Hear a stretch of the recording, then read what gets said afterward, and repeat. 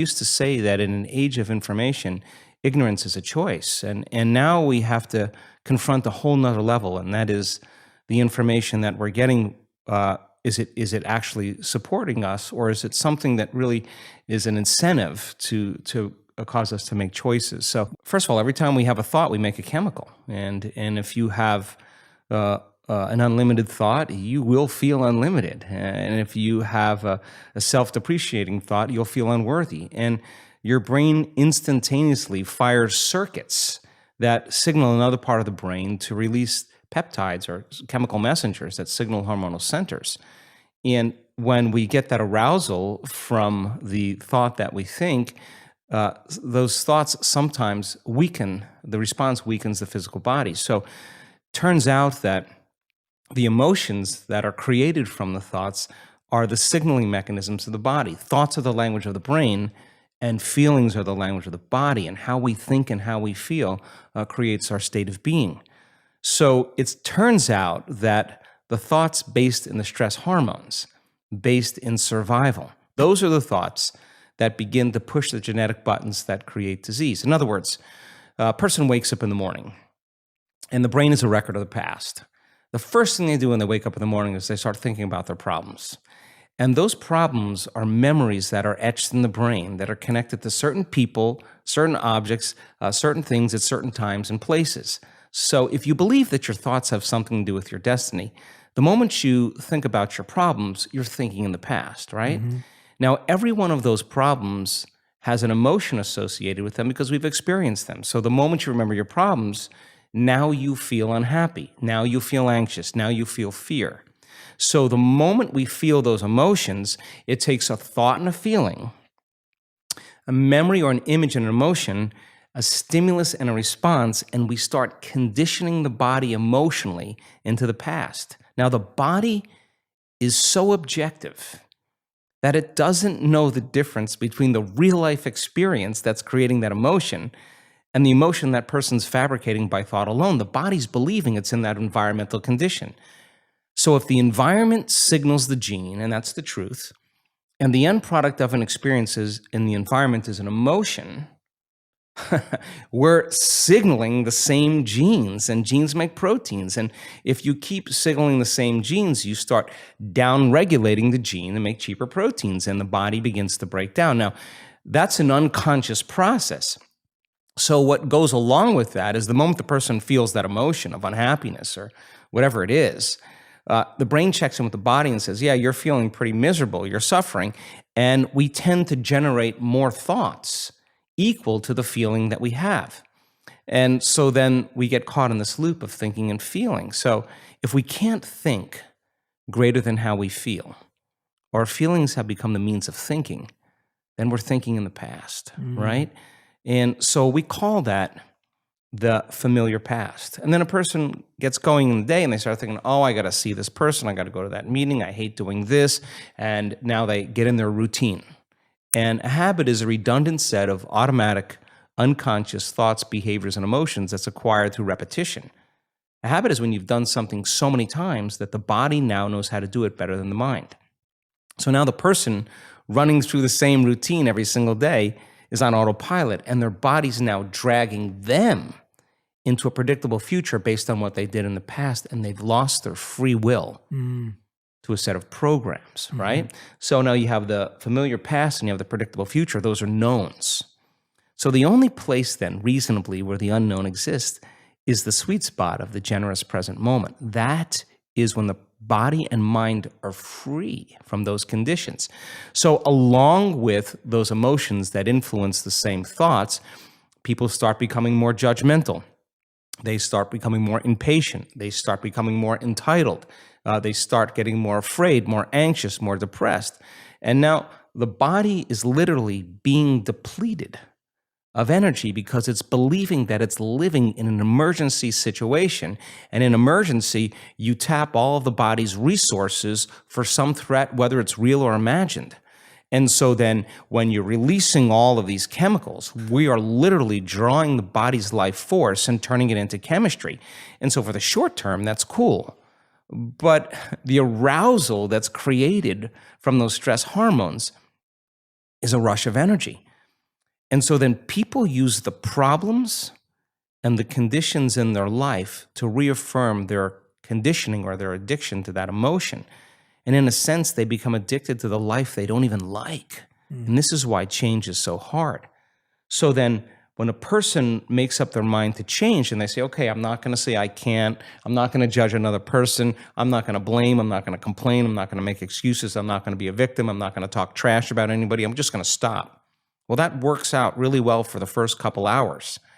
Then the body's saying you're out of schedule. You normally at 8 in the morning, you're getting traffic and you're angry. Then at 11 o'clock, you check your emails and you're really judgmental and frustrated. And the body's saying, oh, well, you've been doing this for the last 20 years. You're just going to stop today.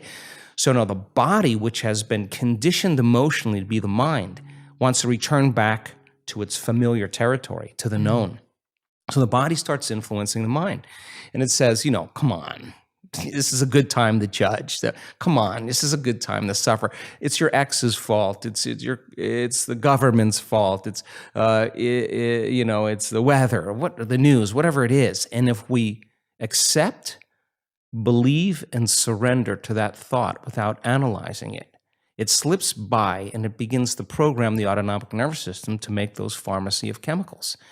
And so that's when the person makes the same choice, does the same thing, creates the same experience just for that familiar feeling.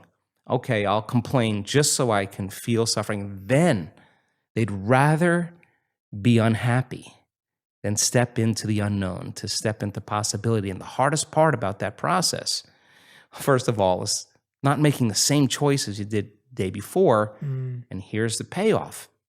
You got to stay conscious and not go unconscious. And it turns out that 95% of the time we're unconscious. So if you're going to stay conscious, then there's an element that also requires a certain amount of awareness or energy.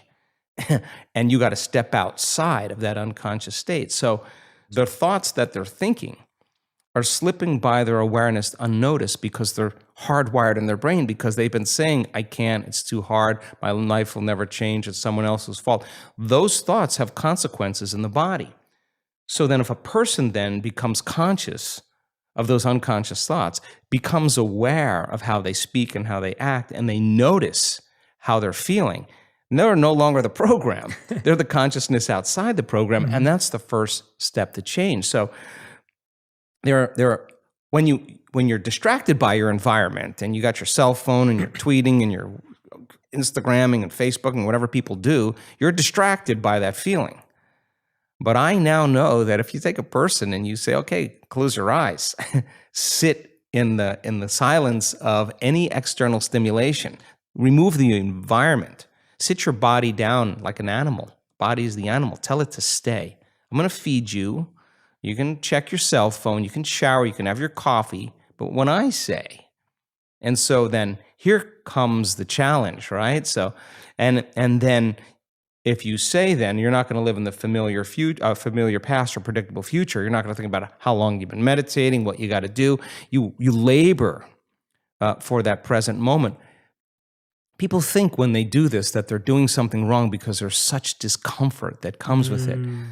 But they're in the unknown. They're actually doing it right. People say, I think I'm meditating wrong. I always say, oh, no, you're doing it right. Because when you notice that your body wants to get up and check your cell phone or have a cup of coffee, and you become aware that it's on autopilot and wants to do that, and you say, come on over here, and you return it back to the present moment, you're executing a will now that's greater than the program. And if the person wants to just get angry while they're sitting there, there's an arousal, and they notice the body is amping up and revving up, and they settle it back down. Now they're telling the body it's no longer the mind, that they're the mind. Now, we've researched this, and it's tedious in the beginning at first because David is fighting Goliath.